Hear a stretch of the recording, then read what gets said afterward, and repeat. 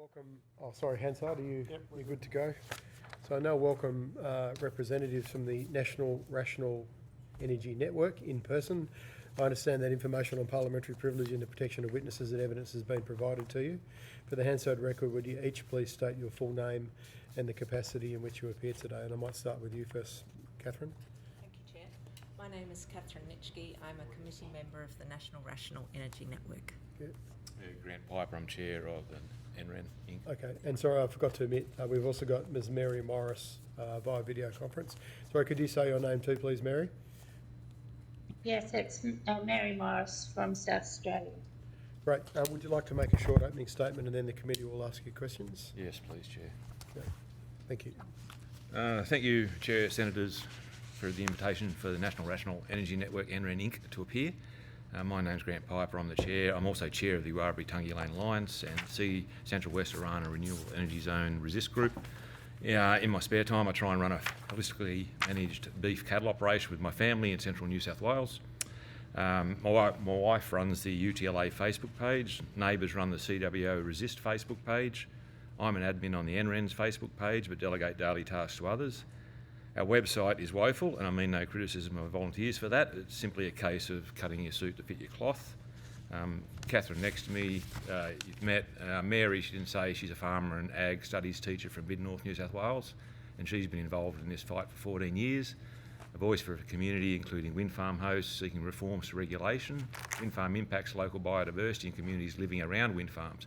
Her extensive connections including working relationships with the Conservation Council of South Australia, Birds South Australia, Northern York Landscape Board, Pygmy Blue Tongue Recovery Team, and she was responsible for connecting independent acoustic experts, including from the University of Adelaide and Flinders University, with dozens of noise-affected residents around Waterloo Wind Farm, and facilitated the South Australian EPA's 2013 noise study of Waterloo Wind Farm. We've all taken time away from our work to travel here at our own expense. This is indicative of how genuine community organisations around the country are run by unpaid, motivated, hard-working, competent volunteers. They do it because someone has to if our children are to live a life at least as rewarding as ours. This should not be an unrealistic objective in a country blessed with the potential of Australia. NREN we incorporated in September 23 to provide a linkage between local groups and individuals fighting the energy transition. We do this primarily through information sharing and letting them all know that they are not alone and that many others are in the same situation experiencing the same things. We don't claim to represent anyone and we don't claim to speak for everyone. Each group can fight the best way they think fit. Local people know best their local area, their local community and their local environment. These groups now number over 160 across the country resisting and pushing back. We are 100% volunteer run with memberships and donations, no paid staff, and the bank balance has never exceeded 20k since inception and is now sitting around 6,000. Certainly there are no big donors, miners or fossil fuel companies throwing money at us. Not that there would be any shame in taking it when you read about the amount Sunrise, Boundless Earth, Climate 200 spent on advocacy, and there's other submissions from Page Research, JORS, etc. that spell out those amounts. Our concern is not too much speech, but the censuring of debate through policy capture, revolving doors between government, regulators and industry and professional advocacy vehicles that claim grassroots support. While it is painful to listen to the taxpayer-funded ABC and other media constantly push renewables, we think we can hold our own in the debate, and through the efforts of many normal concerned Australians, we can see a mood shift occurring. We don't need more censorship, reach restrictions or shadow banning. We need more genuine communication. No community, country, economy can flourish in an atmosphere of oppression. While our submission is mostly a case study of Farmers for Climate Action and its philanthropic, corporate and foreign links, we chose it due to its supposedly rural base and to contrast it with ourselves and the other genuine grassroots groups we are allied with. We asked the committee to strengthen transparency, who funds whom, who benefits and how messages are amplified or muffled, so the public can judge claims on their merit. Free speech and open contestation are the first safeguards of information integrity. Like Sir Salmon wrote in jurisprudence, about governments that they should be,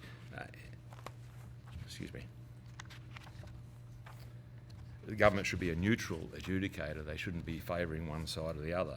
So in simple terms, to finish, we believe everyone should get a fair go. Thank you.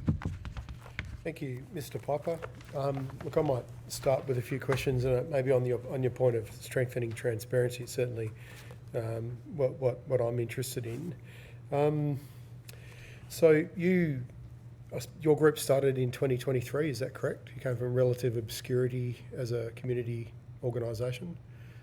NREN was incorporated in 23, like I said. We were already active locally, us and our neighbours, because we were fighting a local project. And that's when we formed UTLA. And then the RES was announced, or prior to that the RES was announced, and we decided we needed to tie together people within the RES. And we established CWO Resist Inc. And then we were talking about we needed a state or a national, because we were connecting with these groups, and there was no overall formal structure. Not that we're formal, but there just wasn't. We seem to be trying to find groups was quite difficult. Yeah, okay. So you started in 2023. You then were the lead organiser, I understand, in the Reckless Renewables Rally in February 2024? Yeah, and we held a Sydney rally in November 23 as well, outside Macquarie Street. So could you tell us a little bit more about the organising committee for the Reckless Renewable Rally? Well, were you coordinating that, or just part of the organising committee? No, we were the lead organiser, I guess. Yes, I was the inaugural chair of NREN. I had a 6 months off, and now I'm back as chair again. Okay. Yes. So on that committee, how many members were there on the committee? Had myself, Pauline, Katie, Jim, Bill, Ian. Mary, sorry, you were there, weren't you? Apologies. Who have I forgotten then? I'm sorry, but I mean, we had a committee of 7 or 8. 7 or 8. Yeah. Was there anyone from the Liberal National Party on the committee? No. Oh, sorry, Ian Coxhead is was long-time branch president of Nationals New England, or Tamworth branch. But he is no longer, because of the fallout over net zero, and they've stood up a One Nation branch instead. Okay. So we've had two members of the public that have made submissions to the committee disclosing that they are both active members of NREN, including sitting on your committee, and have also been previously employed by third-party campaign organisation Advance. Could you provide details on how many members of NREN have been employed by Advance? Only one. I mean, yeah. Well, are we allowed to say names, or you don't? Yeah, you can. It's Sandra Burke. I mean, she's made a submission outlining that's already public. Yeah, she came onto the committee after the Sydney rally, or about the time of the Sydney rally, and helped organise the Canberra rally in February, and then we had discussions with Advance after the Canberra rally, because we saw mutual benefit. So you didn't have any discussions prior to the rally with Advance? Not the committee, no. Okay.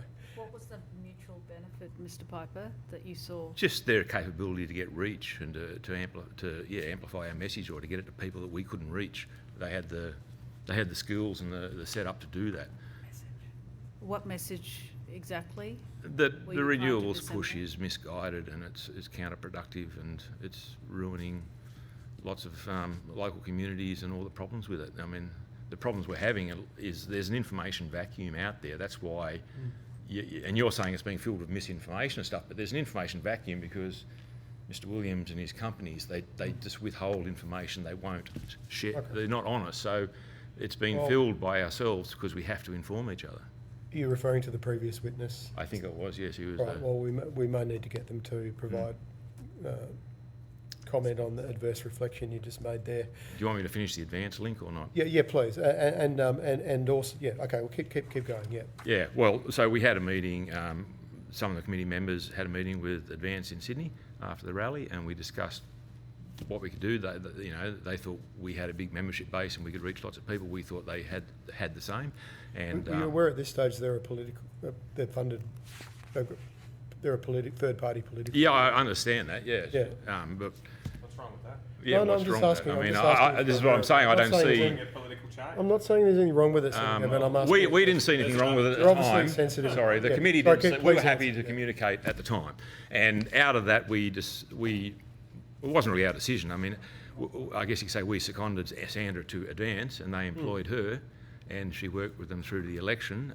But we did discuss a more formal relationship, but we never executed it or did anything about it, and Okay. there was never any money or signed paperwork between the two So that's what you meant organisations. by a more formal, that's what you meant by a more formal relationship discussion, whether they would fund you or provide resources or information subsidies or... Yeah, we talked about all those different variations, but we ended up doing basically none of it. But Sandra did go to work for them for, So that was your contribution to Advance, to second her, as you say? Well, they didn't have any community contacts. They didn't really know how communities work, so they didn't have the ground truthing, and so we could provide them with that information about, or Sandra could, about how we actually feel in the space that's being They claim to be a grassroots organisation. advanced. Well, I guess there's different tiers of grassroots, but I think they're fairly professional compared to us, for example. Okay. So you're collaborating with them? No. I mean, there was Sharing ad hoc information? communication through Sandra, but there was no formal communication. I But know you do share information with them, is that right? general information, not specific. I don't know what you mean. I mean, The ground truth that you're talking about. well, the feelings of the people on the ground. I mean, the documentary they did, for example, I mean, that was very well done and gave a real view into what we're experiencing. I mean, I was in that and neighbours were in that, and I think it was a very real picture of what it's like living through this. Similar to your conversations with Advance after the rally, did you also have conversations with other groups like we've heard from today, like the Institute of Public Affairs, IPA? No, that came. We had invited IPA to speak at that rally in Canberra. They didn't take that up. I'm not sure. My neighbour is a member of the IPA and she's now on the NRN committee, and so she was providing their publications to me, and I read a lot of Professor Stephen Wilson's reports, and I thought they were very good. And I don't know how the initial contact happened, but they did come up to the Central West Arana Res, and we escorted them around and met people, and they took photos and they did media out of that. Yeah. So when you were setting up the rally, obviously you have lots of people and organisations presenting at them. Who gave you assistance with contacting all of them? Did you just kind of get out the phone book and phone them all yourself? And did you phone me, by the way? I don't believe I did, no. Someone did. About the rally. Yeah, about the rally. I got invited to speak. I opponent. actually got invited to speak at the rally. So. Well, if you look at the list, you can probably see we don't have very high standards. No. I'll accept that. No, Backhanded compliment, yeah. we had I mean, people were already working. I mean, people had contacts with the political parties. We extended an invitation to Senator Canavan and a bunch of others. I haven't got the run list here. We extended the invitation to the Labor Party as well, and we didn't get a response there.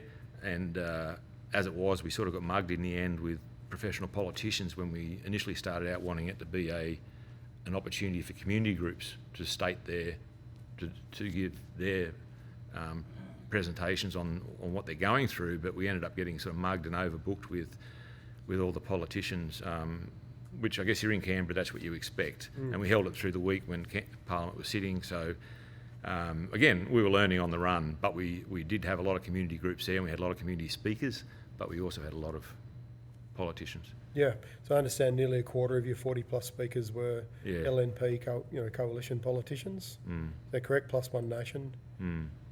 Okay. So I understand you've also held a number of environmental and energy forums. There was one in September 2024. Was that in Canberra or was it? September 24 was Yeah, DY? DY Point, as in beach. Yeah, DY, yes. DY, okay. And you also had Barnaby Joyce speaking at that event as Yes. I understand, a surprise keynote speaker. Yes, that was the one. Yes, he came. Yes. Okay. We had Senator Roberts as well. And Senator Jacinta Price Yes. did by video. Okay. Question about in January 2025, a member of the public posted a number of publicly accessible anti-renewables Facebook groups and groups associated with the Freedom Movement regarding an upcoming planned rally organised by the Sovereign Australia Network Inc., which quoted they were a subsidiary of the NREN, National Rational Energy Network. The contact provided on these posts was yourself, Mr. Piper, President of NREN. Can you confirm if NREN currently has or has in the past had a subsidiary by the name of Sovereign Australia Network Inc.? No, but that was me, yes. That's a name that I was using to gauge interest or generate support for a freedom rally, because we thought that was required. I thought that was required.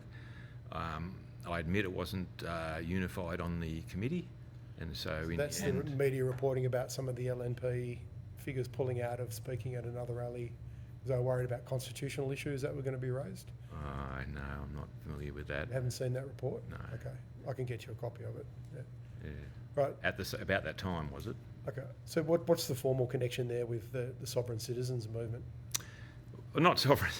No. No, it's not the Sovereign Citizens No, Movement. well, no. It was a Sovereign Australia Network, because this is going off on a tangent, but I think what we're lacking in Australia is independence or sovereignty, and that's sort of the thing that should tie us together, that we should all be working to increase Australia's sovereignty and independence. And this is a personal view, not an NREN view.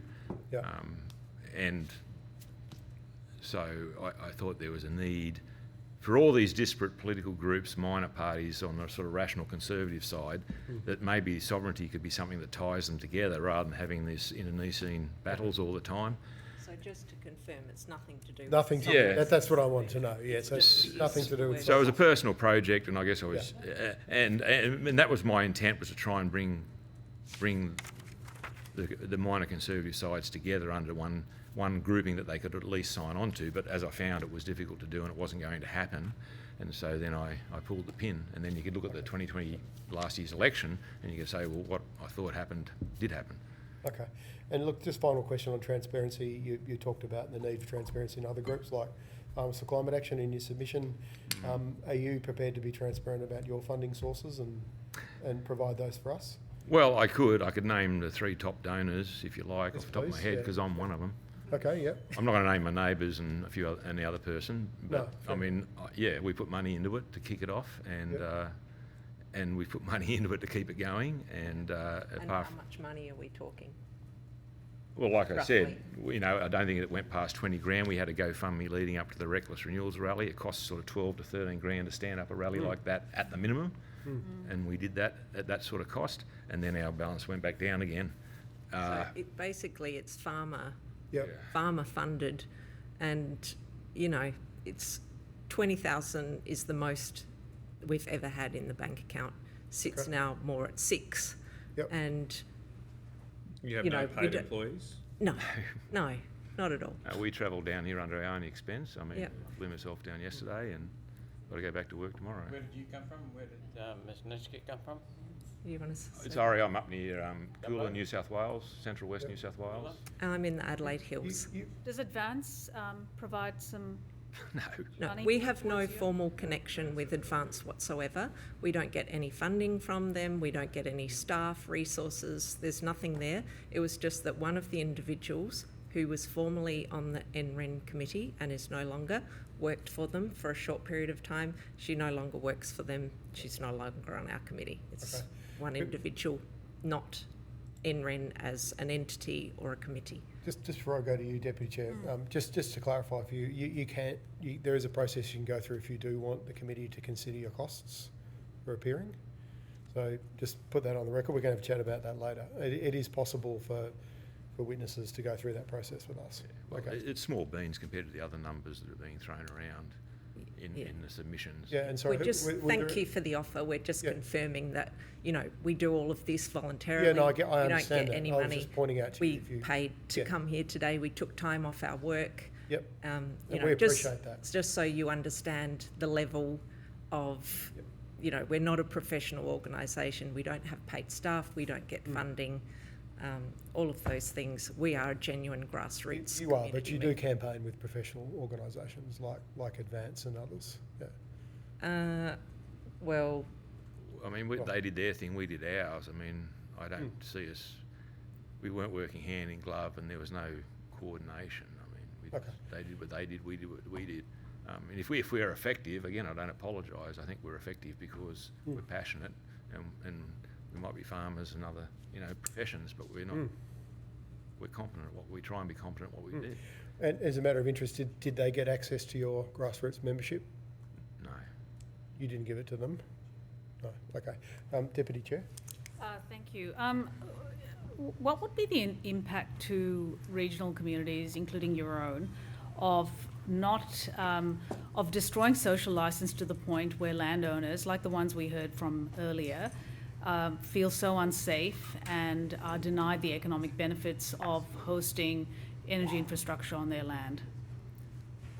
Is that an acceptable outcome to you? Is that the desired outcome of your the campaigns? young lady spoke, I think that's, no, it's unacceptable completely. And an 18-year-old girl is intimidated and abused by a Yes. man in her community? I said that's unacceptable, and that's the only case I have heard of, and I haven't seen it in our community. however, we could give examples of where people who are campaigning against renewables have also experienced similar kinds of intimidation, bullying, harassment and violence. So it's not an isolated incident from either side. It happens on both sides. We've not heard that testimony, I'm sorry, but I've heard plenty of testimony, both in person and written submissions, of landowners who feel silenced because of the level of hostility and division in their communities around renewable energy. And I would ask you, is that the outcome that you have sought to No, it's not the outcome we implement? Sorry, it's not the outcome we have sought, but it's an outcome of, it's a result of the situation we've been placed in, and that what happens, and this is from with us, we've had compulsory acquisition for power lines, and we're facing 138 turbines 3K from our house, and 185 8K north of our house, and Mary's in a similar situation.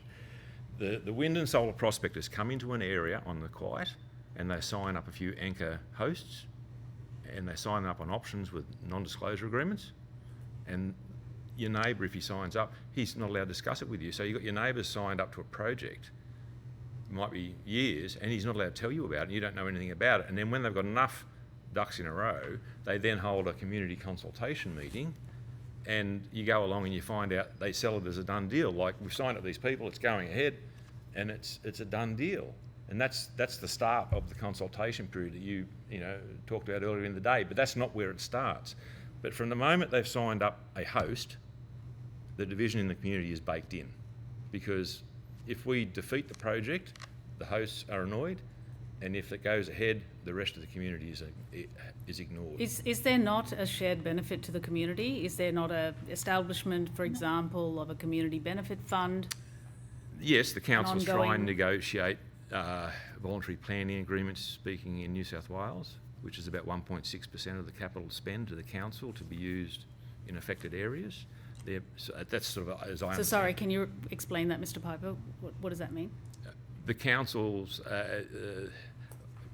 what do they call it?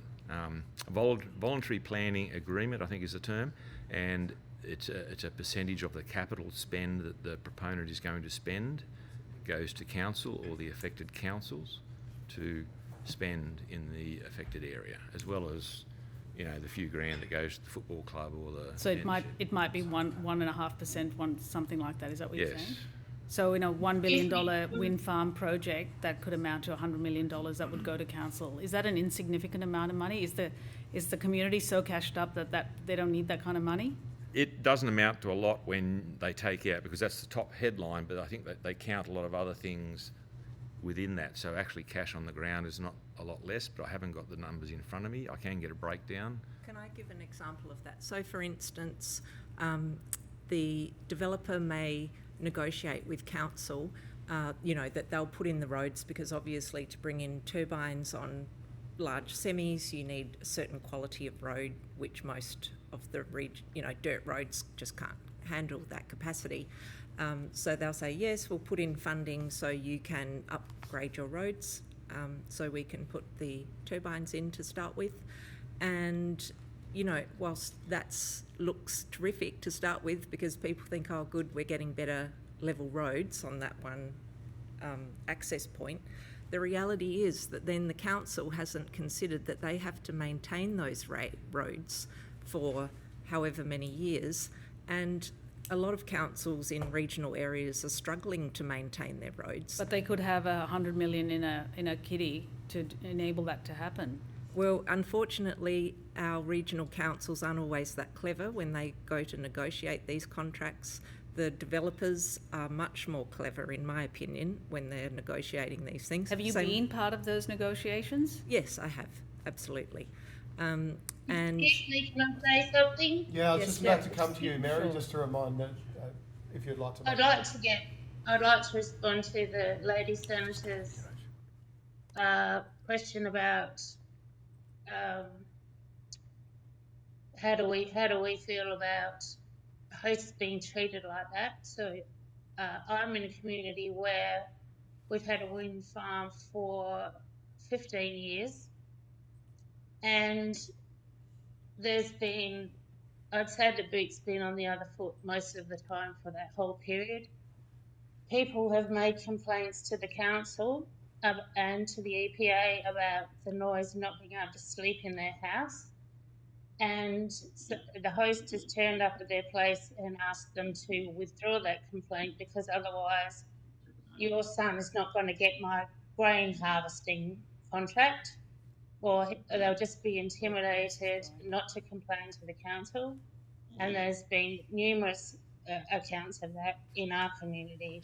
And the main reason why people are complaining is because their sleep is disturbed, and we wouldn't mind if people wanted a wind farm on their property, as long as they kept the impacts on their side of the fence. But unfortunately, that doesn't happen. And Thank you, Mary. I might just go back to the panel here. I just want to have a block of questions. We have limited time just to whip through. Could you just review for us, how was the organisation founded? How was it founded? We thought there was a need for a national organisation. At the same time, we're contacting our local members and trying to get some traction with them, and the most receptive office was Barnaby Joyce's in Tamworth. We're not actually in his electorate, but the ladies in the office and Barnaby himself were affected by power lines.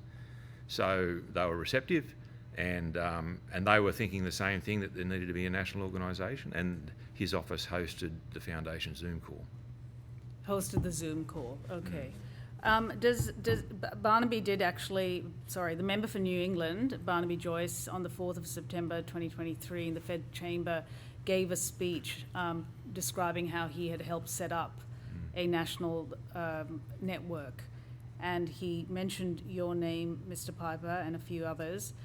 And he basically said, we've now set up a national group. We've got people from Clark Creek, we've got people from Tasmania, from Victoria, New South Wales. I'd like to commend the people who put up their hands to be part of this executive group. He was clearly delighted. I guess my question is, what role does the member for New England currently have? And what influence does he have through NREN? He hasn't got any role formally, though we did talk more actively at the beginning than, ongoing. He had a vision for a group, and we had a vision for a group, and when we got a group going, the name is, you can blame that on me. So he's had no controlling interest in the group, but we've done things as we saw fit. What influence does he have on the group? Editorial influence? No editorial influence, no.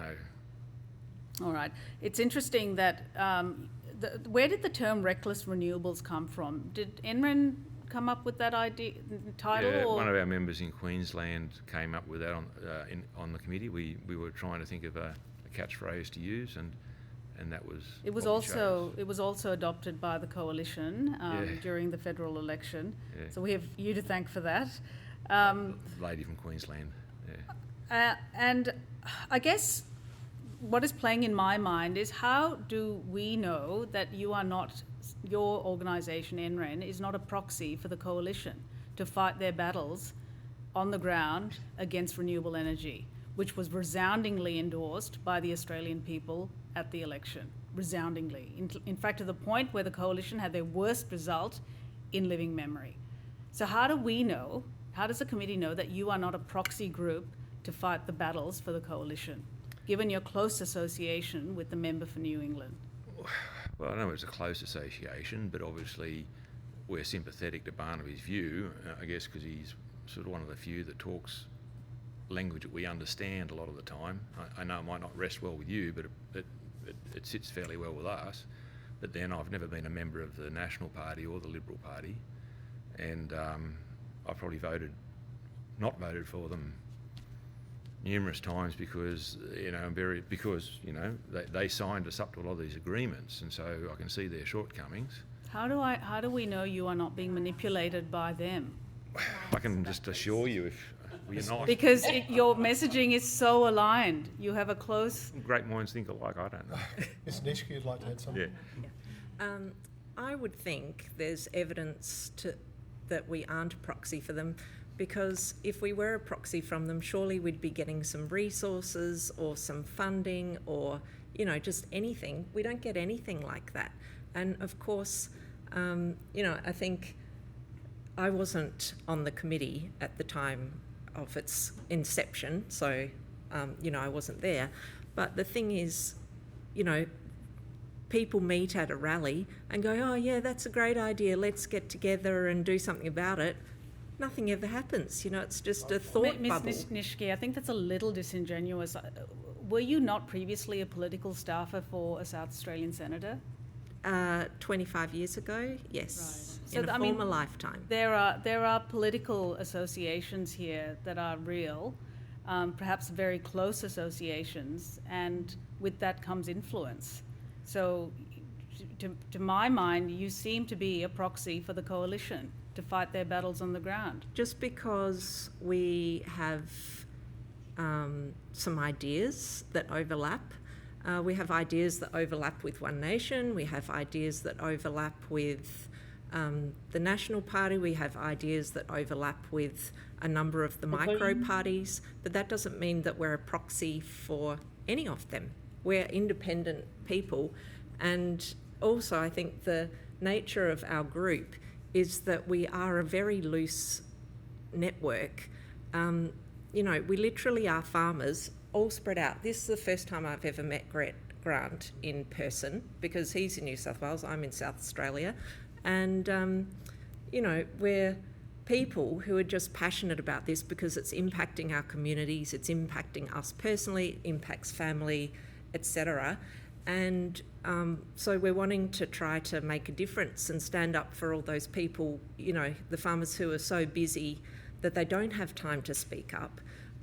We appreciate that you've invited us here today to speak and have a seat at the table, because that's part of the problem. We feel like our interests aren't being represented at a political level. Your interests or someone else's interests? Anyway, let's move on. No, let's move on. Like individual farmer All right. interests. Just a couple of questions I have, Chair, before we move on. According to your website, in June 2024, NREN announced that you were planning to affiliate with the Aligned Council of Australia. This is a coalition of fringe anti-vaccine groups who claim that the WHO is conducting an unprecedented power grab.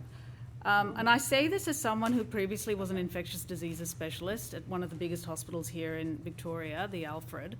I was on the front line during the pandemic, and I take infectious diseases very seriously, as I do the care of patients over my near 30-year career. Did this affiliation take place? in the Yeah, end? well, I sat in on the ACA, some of their meetings, yes. And the affiliation has occurred, has it? Well, I don't know what you call affiliation, I think. Just because you sit in on a meeting, that doesn't mean anything. No, you're right, it doesn't. So Your website says you plan to affiliate. Yeah. Look, We- we did. as far no, as it's I all know, right, we yeah. didn't. Yeah, we did, because again, we thought there was mutual areas of concern there, not directly with renewables, but the whole agenda, if you like, is coming from the same people in the same direction. And so it's a holistic approach. I mean, we're looking for allies wherever we can, because, we're just getting picked off one by one. And I'd also like to say we have allies in conservation groups as well. Mary in particular works a lot with various conservation groups, because this issue isn't a partisan issue necessarily. It cuts across all spectrums, and rightly so. We heard from the farmers who sat at the table before we did. They've got their opinion and lived experiences. We've got our opinion and lived experiences. So you're comfortable that affiliating yourselves with an anti-vaccine group is going to somehow advance your cause? Well, I on think that's a pejorative anti-renewables? statement. I mean, it's implying so much that I don't think is really true. I mean, I've met the people and I've, over Zoom numerous times, and there's a bunch of intelligent, thinking people. They're not loose cannons. I mean, NREM welcomed the previous opposition leader's announcement of government-funded nuclear power stations, obviously during the election, didn't get off the ground. The Coalition's announcement of its nuclear plans this week, and this is what you said in your statement, the Coalition's announcement of its nuclear plans this week was very welcome and long awaited by us, and then you used a German term, Untermenschen. What does the phrase Untermenschen mean to you, and why did you refer to yourself in this way? underclass, because that's the way we feel. You are aware of the historical roots of this term? I'm probably lacking some You can. full knowledge. I looked it up. It took me 1 second on Wikipedia.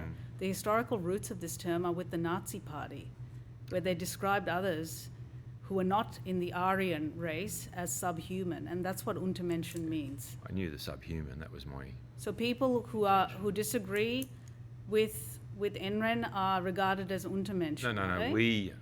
I was referring to us as the undermention in the way we're treated with the whole renewables rollout and not taking our considerations into account. We are treated as the underclass. Yeah, and that goes to the point, we've heard both sides of the story here today from farmers. Both are correct, from their perspective, absolutely that's what happened, but we also have our story and our perspective. And the thing is, who is given the role of arbiter of truth to say, well, they're correct, but what you're saying is mis and disinformation? Could I ask you a question about that? I mean, we've had catalogued like literally hundreds of examples of disinformation, or sorry, let's say call it misinformation, so maybe shared inadvertently around wind farms in particular. Starting from really well-known debunked theories about how they make you sick with wind farm syndrome, through to electrocuting sheep. All the way through to farmers have to do the decommissioning on their own, and there's economic arguments. Do you police disinformation on your Facebook sites and your discussions? Do you see this kind of stuff being shared, and do you feel a responsibility as a community group to deal with disinformation? I'm going to have to take issue with a few of the things you mentioned there. I mean, they have been researched and they're accepted overseas. A lot of the issues you mentioned about electrocuting sheep, I don't know about that one, but there is infrasound problems or low frequency noise problems. Mary commented about not getting a good night's sleep. We've got an associate lives near Badengra wind farm, and he says he hasn't got a good night's sleep since they started operating, and he can't sell his property either. He's tried. Could you humour me if I was to with an exchange? We don't have time to do it today. Okay. If I was to give you a list of what's commonly been just categorised as disinformation and misinformation, whether you would agree or disagree, if I was to provide that to you. On notice to look. On notice, yeah, just as. Oh yeah, go for it. Doesn't even have to become evidence for the committee, but I would be really interested as to what you consider to be real. Chair, may I say, this is one of the problems that we, if we say our side, the National Rational Energy Network side, is that we have people saying that they can't sleep because since the wind farms come in, they can't sleep anymore.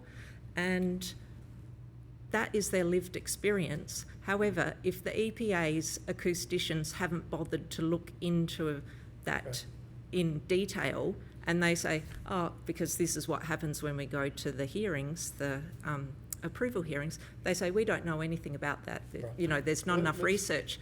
But does that make those people's lived experience mis or disinformation? I would say not. Like I said, I'd be just interested, we can take it offline, just what you agree with and don't agree with, considering... a couple of examples of Yeah.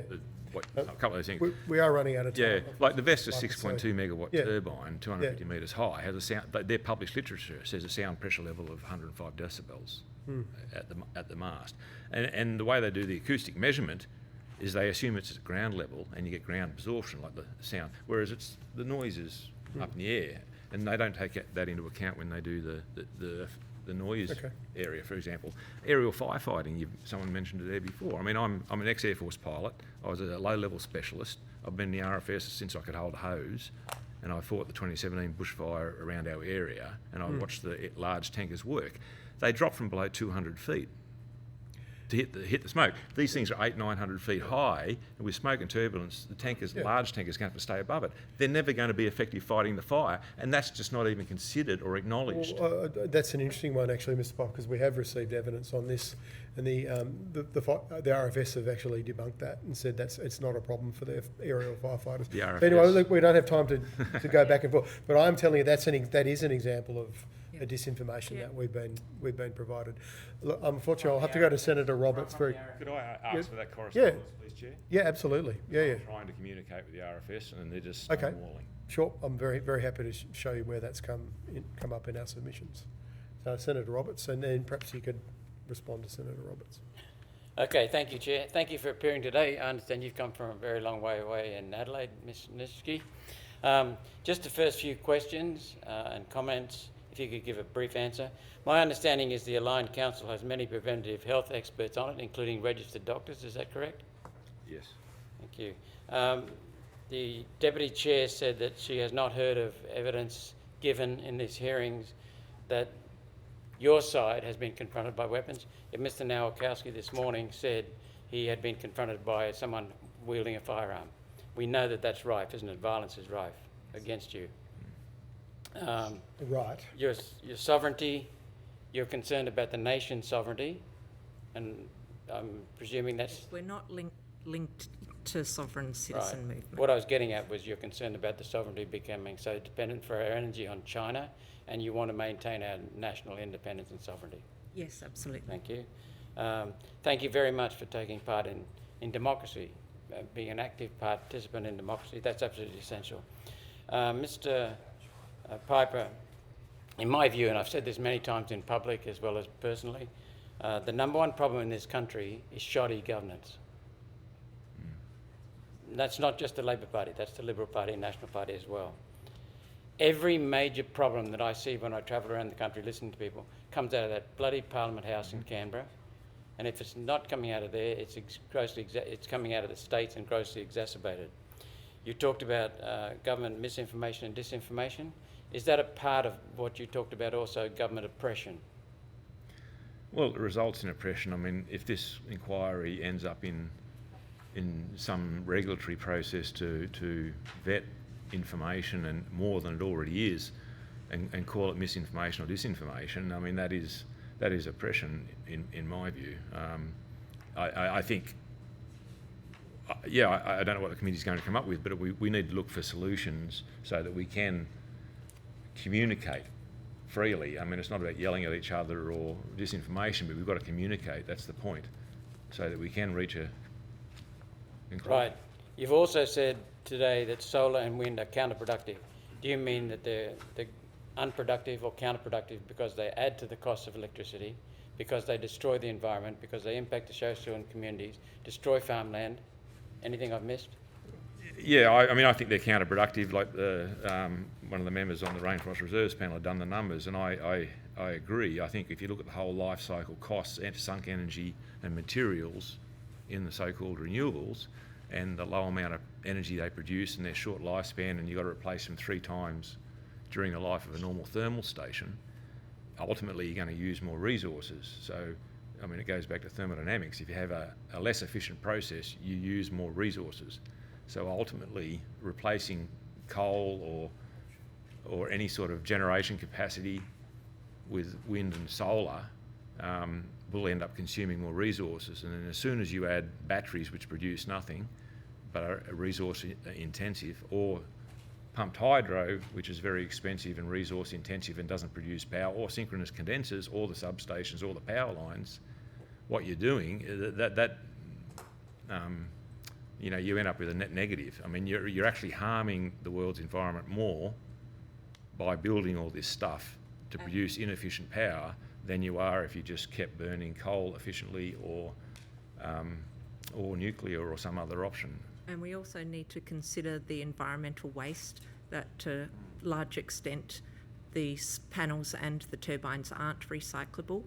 That's wrong. I went to a recycling facility here in Victoria which recycles 99% of solar panels. That is all changing. They're being banned from entering landfill. The ministers have already come together to work on a mandatory scheme to keep solar panels out of the waste stream. We'll see if it's cost effective. I'm very pleased to hear that, because what we hear from our people is that 10% of the solar panels, when they arrive on site and they're unloaded off the trucks, are broken. That's right. And that they go straight to landfill. No, and they are now recycled. It's banned in Victoria, and as I said, the other states have agreed at the ministers' meeting, you can look it up online, to come up with a mandated scheme. So these are not going to be going into landfill. There are already factories around. There is one, a big one in Victoria, it's starting up, which I visited a couple of days ago, which is recycling them. It's on my social media. Well, thank you, and I hope that they do the same for wind turbines, and also look into the issues of PFAS and BPA contamination on the sites around where these installations are. You have to look at the majority of the solar panels coming from China, very unclean practices that they're being produced in. If you look at some of the mining sites over there and the environmental destruction from the rare earth minerals that are used. So there's a whole chain of associated costs to the environment and to financial costs that we have to consider, the big picture of this. I'll come back to that in a minute, Ms. Knightsky. 2 more questions, so we're going to go for a wrap up. Mr. Piper, then we're going to go. Farmers for Climate Action. I watched a presentation of theirs in central Queensland, in Airlie Beach, I think it was. They presented no empirical scientific evidence in logical scientific points, none at all, no cause and effect. It was just a bunch of emotional statements that were misleading and false scientifically. They are purveyors, in my opinion, of misinformation and disinformation. What is your take on the Farmers for Climate Action? Well, I think the submission sort of speaks for itself, and it's backed up by other submissions that have been made about where the funding comes from. Yeah, I mean, they're not genuine farmers. I mean, there's a lot of farmers involved. I buy my bulls off a fellow who's a member of Farmers for Climate Action, believe it or not. Been to their field days, there's a lot of genuine farmers. Yeah, well, I literally have been to 4 of they're them. well intended, but I think they're misguided still. I just don't But think. they're genuine farmers though, right? They might be misguided in your Majority are not. sense of the word. Oh, come on, that's actually... I don't know I the believe numbers. that their membership now is over 80,000 community members, so they're non-farmers, and the farmer component, according to their documents, was around 8,200. Still a lot of farmers. It's much bigger non-farmer Still, base. that's a lot of farmers. Look, they're a serious Allies of organisation. farmers. Yeah. They're allies of farmers. Yeah, But you- and also, if you look at the amount of money that they're receiving and where they're receiving it from, their funding is coming from philanthropic sources, not from members. I don't think they're avoiding It's that transparent. issue. But Mr. Piper, Last question. you also did, sorry, just Senator Roberts, just one point of clarity, but you also in your submission said you don't agree that National Farmers Federation is a genuine farmers group Well, or representative Well, farmers we group as mentioned a well. conflict of interest there, and also Farmers for Climate Action are on the record for saying that they were instrumental in getting National Farmers Federation to take on net Yeah. zero policies. Which I think personally think it's a good thing.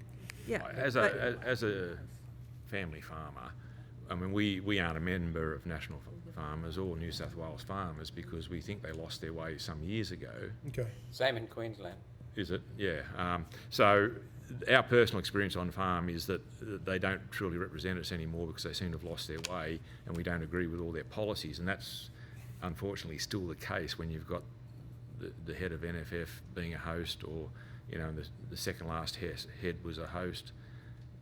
And then you've got New South Wales Farmers taking So money. what do you mean by host? A wind host. Oh, okay, it's because they're associated with wind So- farms. Well, Yeah. they're a host, not Oh, I see, associated, I they're see, a yeah. host. so And that's why they've lost their way, because they've Conflict. diversified their farms. Conflict. And they try and sell it as a universal thing that all farmers agree with this, and that's just simply not true. Exactly. I don't know if That's- that's. I don't think that's Well, what they've because said they're at the all. I peak, think that's a because they're misrepresentation the of what peak they've said. representative body of farmers in Australia, Yeah. and that's their policy, then But they represent all farmers of all interests. yeah, but A they lot of don't farmers- represent our interests. They're They not do. saying that there's a lot Technically of so. farmers who have a lot of concerns about this. Their membership is. But there are about cotton farmers too, and they represent cotton farmers. There are about a whole bunch of different farmers. They believe that farmers should Right. have agency and have the ability to make Well, decisions look, for we're themselves. saying as farmers that we don't feel represented Sure, no, by I get these that, peak yeah. bodies who often have a Yeah. lot of corporate interests Yeah, I in agree them with that. and corporate funding. They're not representing the people living on the land who are just struggling to make ends meet. They're doing deals with big finance and goodness knows who Government. else. I mean, we've got Anyway. examples. Sorry So about they're that. Yeah, allowed anyway, to- just last question. And they're Senator doing Roberts. deals with government, and Queensland farmers are abandoning them as well. Ms. Knightsky, could we go to page, I think it's 11 of your submission, appendix figure 1?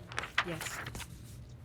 Could you name the key groups that are going against the farming community in that group, or significant groups that you want to name? Yeah, sure. So this is representative of the web. We've got Farmers for Climate Action in the middle, Yeah. and we're saying that, they've got strong links into regulators, into philanthropic foundations where they receive the bulk of their funding from. Then we've got the corporate and finance sponsors when they put on their summits. They have National Bank, Commonwealth Bank, they have connections with KPMG and Deloitte's, so the big finance institutions from around the world.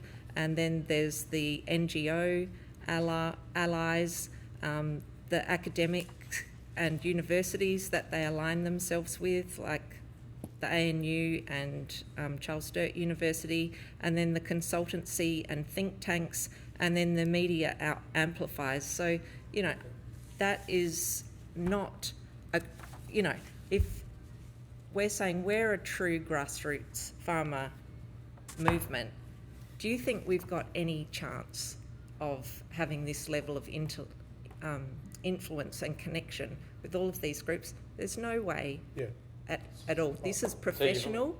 yeah. Except the It's coalition adopted reckless renewables. Yeah, This is- and your connections with this is advanced big money. groups, I This think is- you're doing pretty well. Value. I think You're- we you're don't. also- I you're- think Connection you're with doing the just arts. fine. Okay. You're also, let me check, you're also naming Australian Conservation Foundation, Squadron But Energy, Senator which Roberts, is Andrew Forrest, we've gone through. Bloomberg Philanthropies. I'm That's done. Yes. correct? correct. Sorry, we are way over time. I'm just going to go to the Deputy Chair for some quick questions, then we're going to have to finish up. I think it's me. Just Oh, sorry, That's Senator okay. I've Diamond. just got Yeah, very it's two been a long quick day. questions, So I will Yeah, please, yeah. not take up a lot of time, but I guess to just follow on from that, your comparisons about the fairly professional compared to us, I just wanted to ask a follow-up question earlier. Mr. Piper, you talked about using Advance because they had capability to get reach and skills that you didn't have.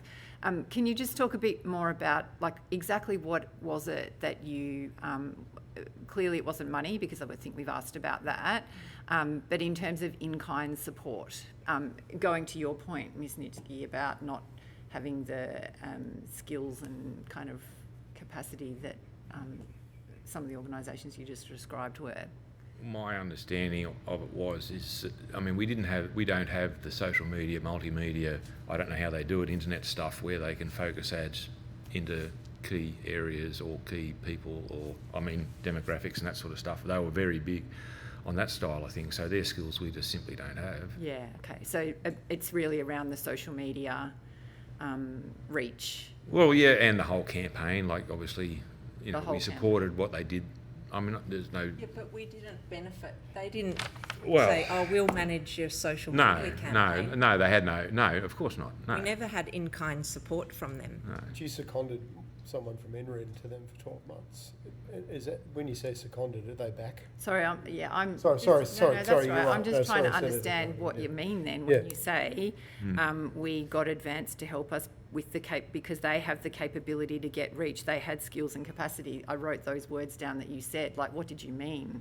Well, they were, Yeah, in our discussions, they had, they saw, the renewables as being a risk to the country as well and going down the wrong path, and so their desire was to make more of an issue of renewables as an issue Yeah. on the political stage, and we had the same objective because we thought this is, again, taking us back to the modern dark age, as I call it. Yeah. And so we had that was a mutual benefit. We had a similar objective in mind. Yeah. Okay. But did they actually offer you service? No, That's the point. They didn't offer anything. But that's not what you said before. Well, That's why I'm asking. Yeah, Sorry, I'm just trying to Get clarify. clarity around this because they didn't offer in-kind So they services didn't- or staff or So they didn't resources proliferate your message with their social media. No, we reach. weren't writing the messages and then they were amplifying them. No, it was all in-house with them. So, okay, I'm I'm more bit- confused now than I was before. Perhaps I'll go back and read the transcript. Me too, and leave it because there. you also did say, Mr Piper, that you seconded Miss Burke to them for 12 months because they needed access to the community skills. And you, Her knowledge of the communities, of Right. how we feel, like she's Port Stephens, that area, like the offshore stuff. is she back with you guys now? With No, Right, she's not okay. on the committee. All right, look, The last question was just in terms of the Reckless Renewables Rally, and we've talked a lot about the funding and how, the sort of types of funding that you've got, which is not very much. Did NREN support or provide any assistance for transport costs for people to attend the rally, or if not, do you know who did? No, certainly something we couldn't do. we didn't No worries, thank pay any you. trouble for anyone. Thanks very much. Okay, look, unfortunately we're out of time, so thank you for coming all this way and giving your evidence today. It is appreciated. And any questions the committee have on notice, we'll let you know shortly. So for the next witness, apologies that we're running over time. We'll move straight into it. We've skipped our afternoon tea though. It's been really hard on Hansard. Sure? Okay.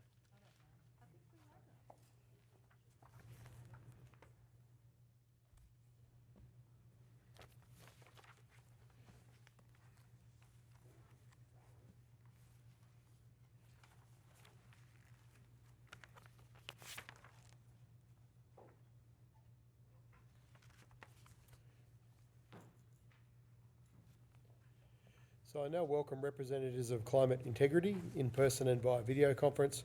I understand that information on parliamentary privilege and the protection of witnesses giving evidence the Senate committees has been provided to you.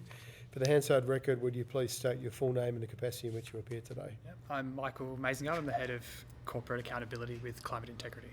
Okay, thank you. We've got two on. I might start with you first, please, Claire. Thank you. I'm Claire Snyder, appearing as Executive Director of Climate Integrity. Great, thank you. Chris? I'm Chris Cooper, a member of Climate Integrity's expert panel. Great, thank you. Would you like to make a short opening statement and then the committee will ask you questions? Yes, thank you, Chair, members of the committee, for the opportunity to appear today. Climate Integrity is an independent, non-partisan research organisation dedicated to promoting science, accountability, transparency and justice in the transition to net zero emissions. The very existence of this inquiry reflects the seriousness of climate disinformation and its impact on public trust and our progress on climate and energy policy. The submissions before this committee reveal a well-resourced, long-term campaign by parts of the fossil fuel industry to delay action, confuse the public and distort debate. yet the science is unequivocal. Our climate trajectory is dangerous, and the rapid shift to renewable energy and seizing the economic opportunities presented through decarbonisation is essential. With that clarity, it's unsurprising that some industry players with a vested interest in the status quo seek to protect profits by distorting data. Policymakers and the public must be alert to disinformation efforts that seek to contradict and undermine established climate science and the work of Australia's leading research institutions. Our submission focuses on one particular type of disinformation, data washing. This occurs when fossil fuel companies commission major consultancy firms to produce reports that advance their agenda. These reports often rely on flawed modelling, selective framing, or undisclosed assumptions, yet are promoted as independent analysis by the industry and the media to shape government policy and public opinion. Data washing is a subtle yet powerful form of disinformation. Without greater transparency and accountability, it can easily slip through scrutiny, influencing decisions at every level. If modelling hides assumptions, excludes benefits, or narrows the scope to predetermined outcomes, it isn't informing policy, it's manipulating it. Thanks. Great, thank you. I'll go to the Deputy Chair, Senator. Thank you. Raja. Thank you for your submission and for appearing today.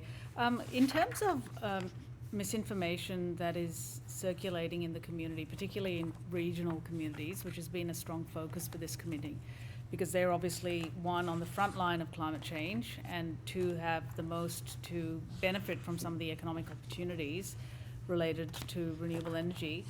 What examples of misinformation, disinformation campaigns have been circulating in these communities, and what are the origins of these campaigns, to your knowledge? Thanks for the question. So some of the examples and case studies of misinformation that we've highlighted in our submission relate to the work of some of the large consultancies and their use by some of the large industry associations or lobby groups.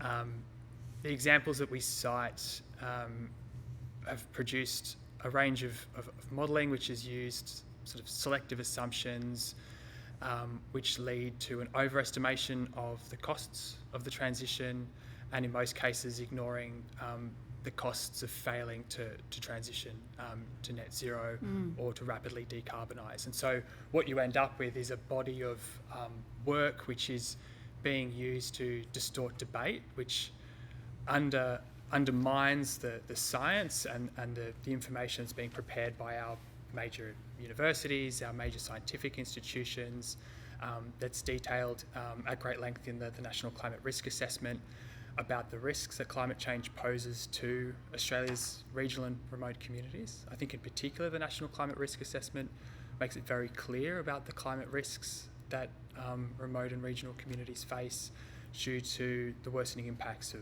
bushfires, of heat stress, of drought, and the compounding and sort of consecutive cascading nature of those threats with time as they worsen in severity and increase in frequency.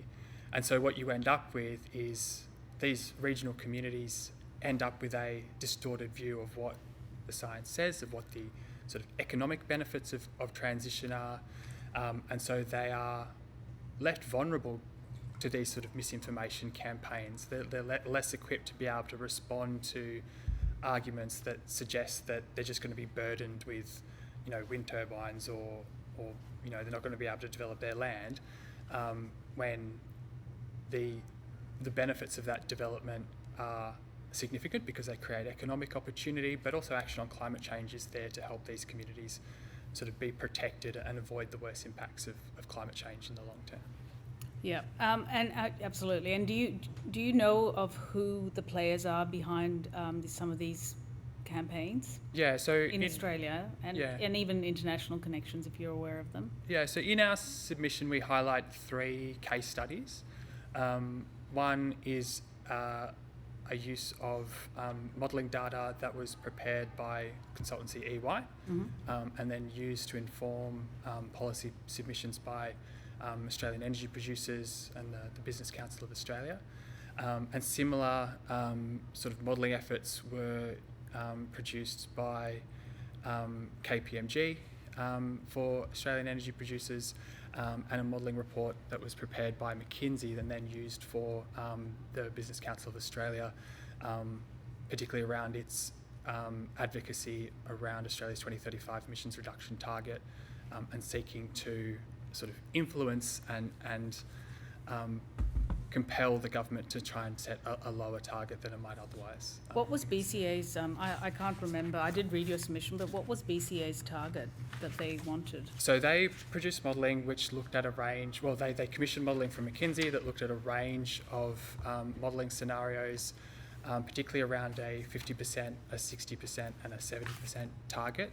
The way that they, McKinsey ended up structuring that modelling overestimated the costs of the transition while ignoring the benefits, and informed the BCA's position where they ended up pushing for a lower target around the sort of 50 to 60% emissions reduction cut and sort of left the 70% as a try to paint it as more of an extreme option. I mean, I see your point with regards to consultancies. I'm just remain a little bit unconvinced, to be honest, because at the end of the day, the government landed on the advice provided to us by the Climate Change Authority, which was more ambitious than what the BCA argued for. So I would argue actually that the BCA wasted a whole lot of money engaging with a consultancy like McKinsey, because in the end our targets were far higher. Sure. And the aim is to aim for the upper end rather than the lower end. Yeah, I guess, I mean, you can comment on the sort of the end result and the influence that the end result is all that BCA matters, has. right? Yeah. But I guess what we're focusing on, and the point of our submission is that nothing is gained and things are lost by producing incorrect or misleading information, right? It's on all of us to be able to assess the veracity of information that's put forward to us. But that's also why we have, highly credible and esteemed public institutions like the Climate Change Authority to vet that kind of, all this incoming. Absolutely. And then provide independent, credible advice to government. On the issue of the NCRA, I'm glad you raised that.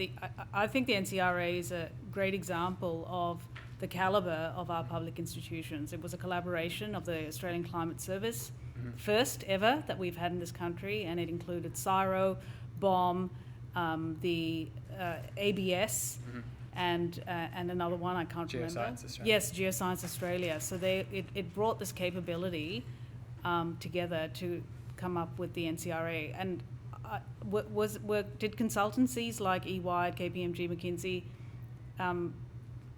contribute to the NCRA, as far as you know? I'm not sure, to be honest. I don't think they did. No. I don't think they did. Yeah. I think that is the sort of the point that we are making, is that there is trustworthy information. There is information that is based on evidence, that is based on sound approaches to analysing the science that's in front of us and putting forward legitimate and high integrity information. What we are concerned about is the tactics and tactics that we've seen deployed over decades as a sort of pattern of behaviour from fossil fuel industry to try and undermine and distort. Take your point about the impact that might have on particular policymakers and particular governments at different times. But certainly there are expert institutions that would have raised concerns about the impact that fossil fuel misinformation and disinformation has had. The IPCC has cited it as a concern. The World Economic Forum cited it as a concern. The London School of Economics has produced research citing the potential for that misinformation to undermine policy development and the pace of transition, and that has real world harms. I was listening earlier to the testimony from representatives of the Clean Energy Council about that very personalised attack that is caused by misinformation, but also delaying the climate transition has real world harms as well. Yes, by it does. allowing us to continue or causing a continued pollution of the environment leads to greater harm. Do you know what the harms are? Can you quantify the harms to the economy in not transitioning as quickly as possible in an orderly way? Yeah, I mean, it's what it is? Good example. I mean, it depends on the extent to which the delay occurs. Treasury modelled it. It was 1.2 trillion. Yeah, I mean, it's significant unfathomable amounts amount of money. Yeah. And we see the damages that are being wreaked on the global economy, on human health already. The tens of thousands of homes that were destroyed in LA during bushfires, the hundreds of people who died in heat waves in Europe earlier this year, the tens of thousands of homes in Australia that were isolated by flooding events earlier this year, just in Australia. Can I seek your opinion? We've had a lot of groups, some of whom may well be proxies for other vested interests, present to us that they are in favour of lowering emissions, but they don't agree with the pathway, the renewables pathway that has been endorsed by the Australian people, and they would favour nuclear energy. Now, and they cite numerous OECD countries. They've even invoked the Labour Party in the UK, without mentioning that the UK actually has had a nuclear program since the 1950s. On the topic of getting on with this, what is your opinion? I mean, my view is that we've run out of time. We need to crack on. Yeah, I think we can't wait 20 years. Yeah, I think that's right. I think something else. The science is pretty unequivocal that the faster we move and the harder we move, the better. Every increment of global warming makes a difference. It leads to incremental harms. I think there's a plethora of work from high quality institutions, including the CSIRO, which has looked at and assessed the costs and the prospects of a nuclear industry in Australia. I think it's important that we look at it Australian specific analysis because it is a unique scenario. We don't have an established nuclear industry. We don't have the supply chains that exist in the US or the UK or in Europe. And I think the work of the CSIRO is a good evidence-based, good faith analysis of those costs, and their assessment is that renewables are the lowest cost path to decarbonisation, and we should be getting on with that. Thank you. Thank you. Just wanted to note, obviously, Ms. Snyder and Mr. Cooper, if you want to jump in, if you want to add anything to those questions, now's your chance. I have some other questions, but if you want to add anything, now's your chance. I think just one thing to add on that question about whether the BCA wasted money on McKinsey, and that may be true that the outcome wasn't what they wanted, but I think the other important part of the reason why these sorts of reports and analysis is created is not just to try and influence policy and influence members of parliament, but it's also about influencing the public and the way that those reports put through the media and reported on as well. And that influence shifting the perspective of Australians is part of the problem as this committee looks at the focus on influence from the fossil fuel industry on politics and public opinion. Thank you. Look, I probably have as much as I respect the Deputy Chair, a slightly different view on whether this has had whether it didn't influence the outcomes, because obviously my party felt like the climate target should have been a lot stronger. And my concern is that some of these reports, like the ones you've outlined in your submission, have been aimed at the coalition as well, and we know they're in disarray at the moment, and we'll probably find out something about a net zero very soon, unless it's happened and I've missed it. Which of course means that we've got less competition in the political space around these ideas. But could I just ask a couple of specific questions? On page 6 of your submission, you say firms like EY, PwC, KPMG, Deloitte, McKinsey publicly commit to climate leadership, but continue to provide services to companies that profit from fossil fuel expansion. What do you suggest there, like a kind of a prohibition on that, or should it be through shareholder activism? Have they responded to this particular issue that you're aware of? Yeah, it's a good question.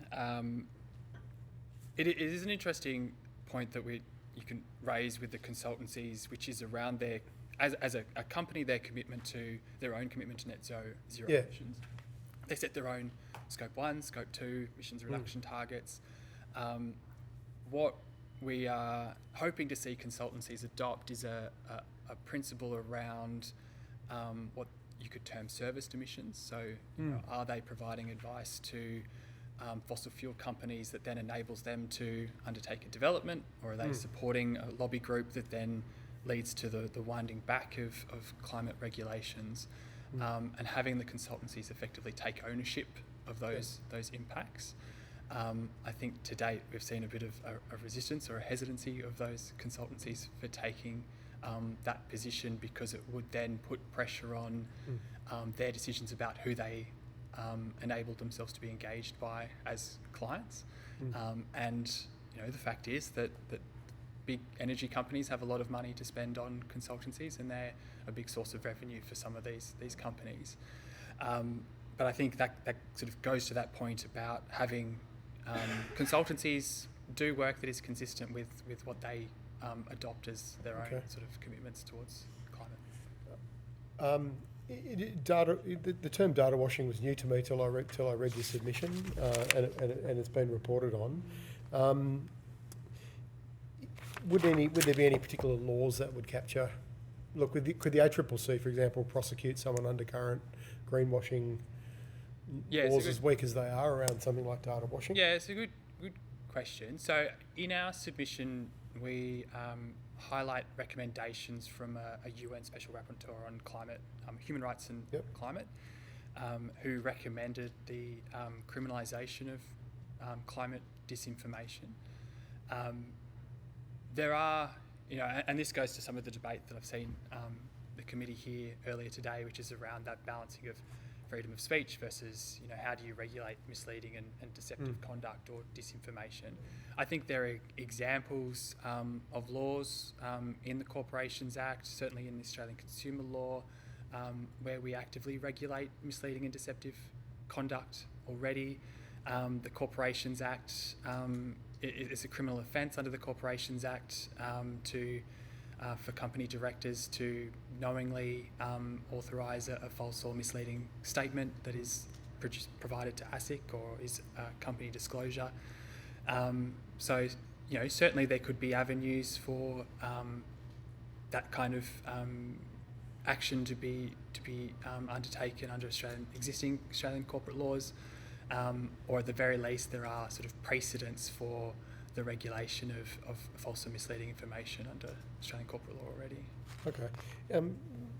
Your submissions, it's just very kind of laser focused on this one issue. Do you do any advocacy around this? Like, do you talk to the consulting firms?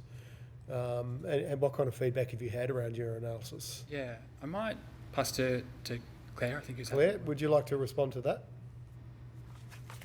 Yeah, so we've met with Ernst & Young over the issues raised in the case study in our submission, and they've met with us in good faith. We've raised the issues, and we've made a number of recommendations to them on changes that they could make to remedy this.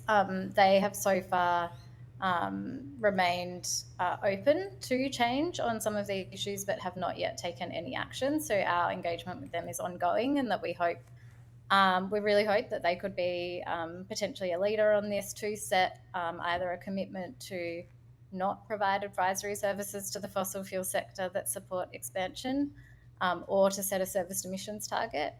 But that sort of engagement work is ongoing. Okay. So there has been some... and I just add to that I think if we see the consultancy firms are building strong sustainability brands and growing their work in the sustainability space, and they do understand that it's a reputational risk in some ways to be working in this way with the fossil fuel sector, producing reports to support expansion and growth of that sector. So I think if we sort of see leadership from one of the big consulting firms that sort of draw a line in the sand and either makes a commitment to not work with that sector in advisory or sets a service emissions target, but the others will follow suit. And I think that's all because the key talent that they're trying to recruit are sustainability professionals. The people that they're hiring want to work at a firm that that works with like-minded companies on. Thank you. So the deputy chair asked you about the BCA report, and sorry, could you just, because I had to duck out of the room quickly, who wrote that? Which firm? McKinsey. Okay. Would you look at a report that's written by like another third party think tank or advocacy group like Page Research? They've just released a report which underpins the National Party's argument for the country, to leave net zero. I think it's called Delivering a High Energy Future.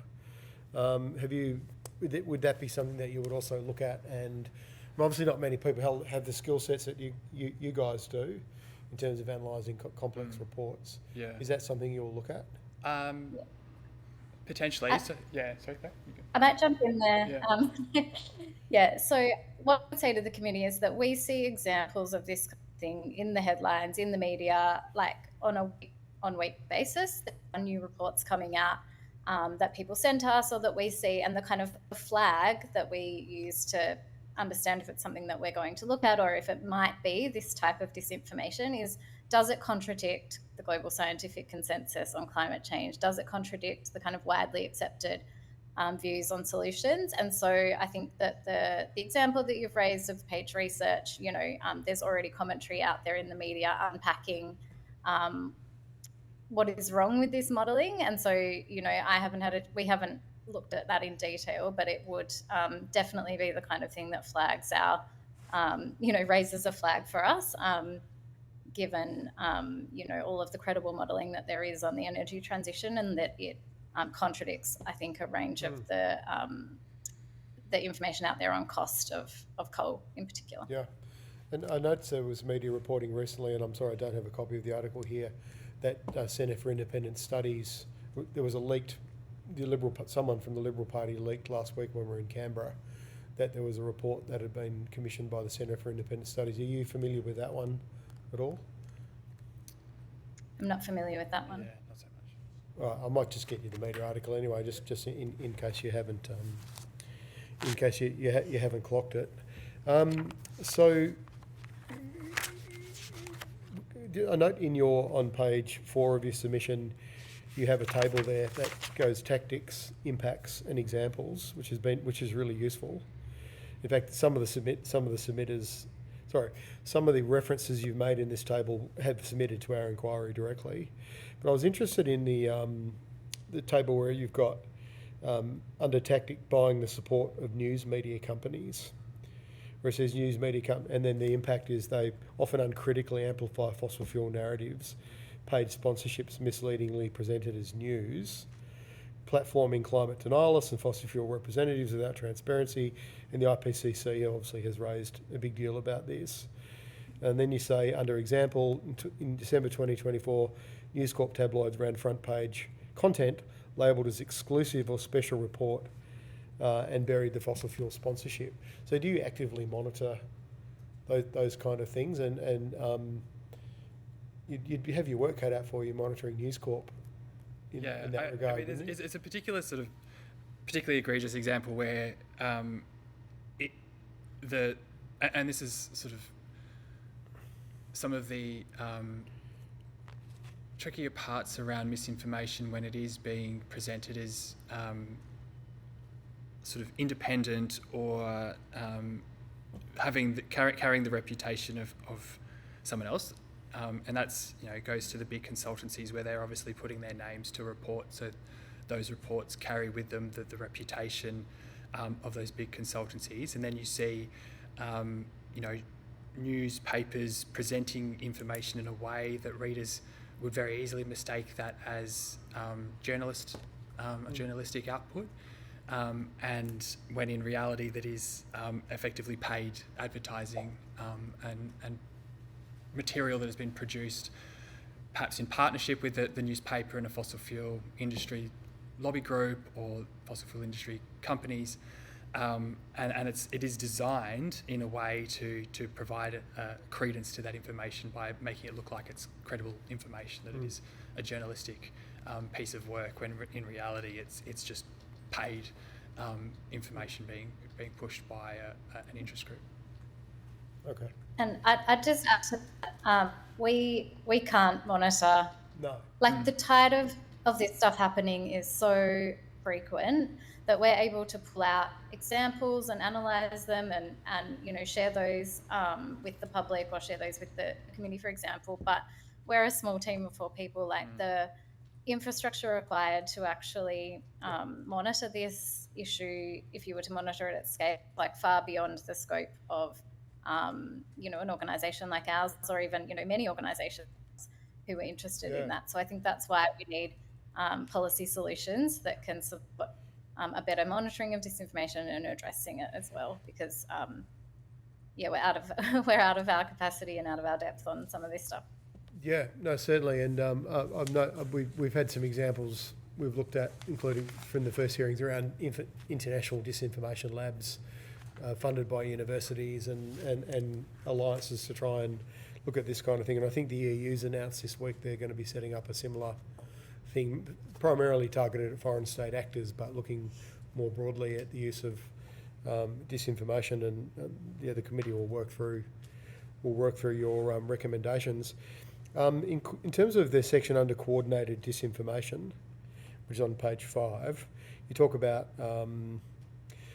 fossil fuel companies themselves don't often promote disinformation, probably because in countries like we saw in France recently, they may get pinged by their regulators for greenwashing. In that case, actually, it was a court case that was brought against a French company, but certainly here in Australia, it would be an issue under our laws.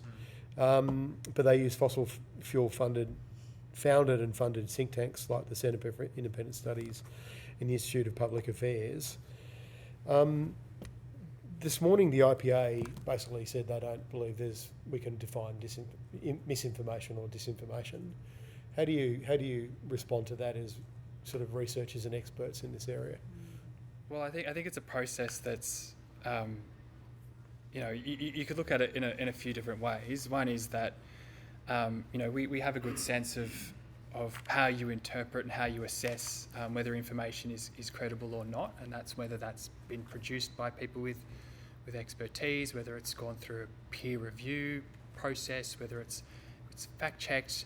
Particularly for science, you look at the vast body of evidence that exists around climate science. This is not sort of one paper that's claimed that climate change is happening. It's decades of scientific research that's worked that continues to reinforce that conclusion that climate change is happening, that it's dangerous, the threat is worsening over time.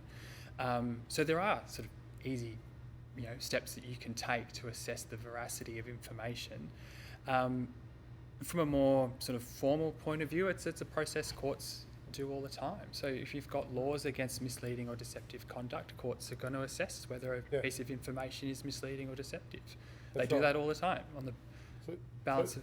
So if a company like Woodside, I'll just take as an example here, was to put up something on their website or advertise publicly that gas is renewable and it's low emissions and it's a transition. Well, actually, they might already do that, but it's not a good example. They probably are already, or something that was clearly contestable based on the science. They probably would get.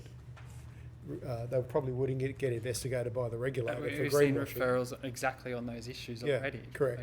They can do that through third-party groups. That's right. Well, that's or industry groups. That's right, and it is a tactic to give them an arm's length sort of ability to sort of claim that they're not involved in the production of that information, and also you then have a group, say like the IPA, who will say, look, we are independent, we've produced this research ourselves, to try and also then give credence and try to give a veneer of credibility to the information that they've produced, but in reality and on investigation, it's misinformation or disinformation in many cases because it's being done deliberately. Okay.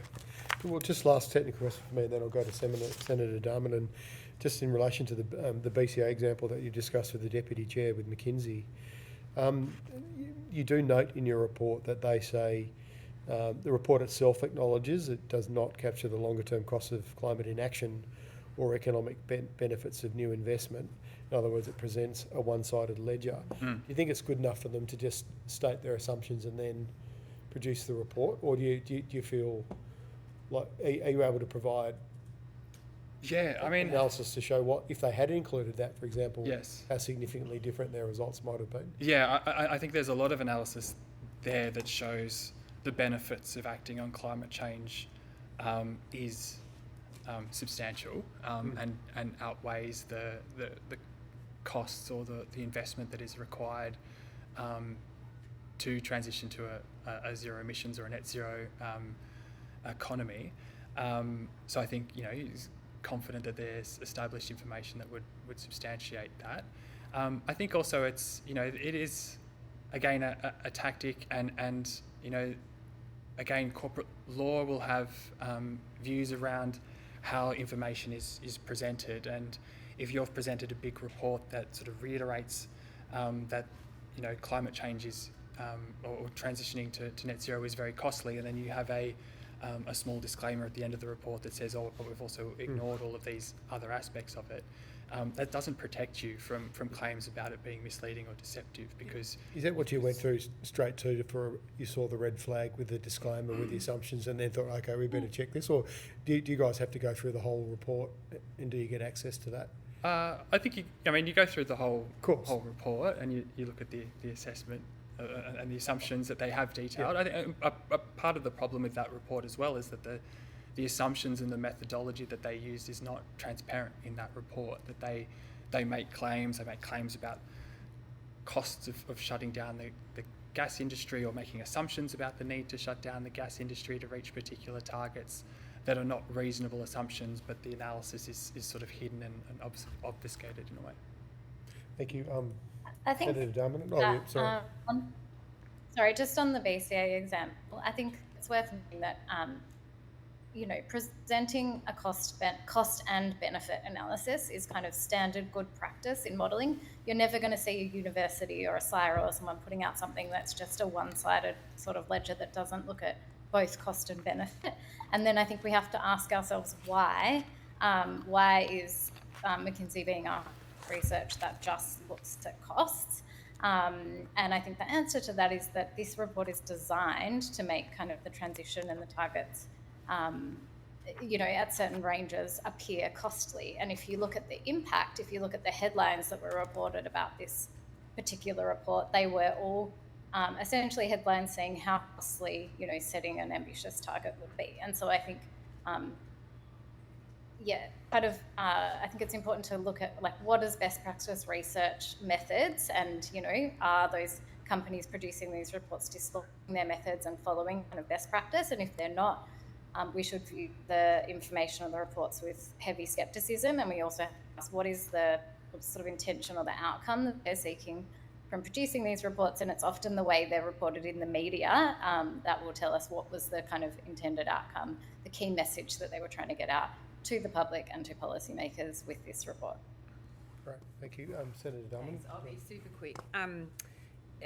We've heard a lot of testimony around the concerning use of social media and the proliferation of the mis and disinformation around the transition. And then just thinking about your kind of testimony earlier and, the concerns that you have expressed around big consultancies and PR companies working with industry and lobbyists, do you have any evidence or any other kind of intelligence around direct connections between these large consultancy firms or PR companies in resourcing the mis and disinformation campaigns, particularly the ones online that are really kind of impactful in the regional communities and seem to be, kind of repeated the same messages across different groups, even though they seem to be different communities who are experiencing them, like the messages are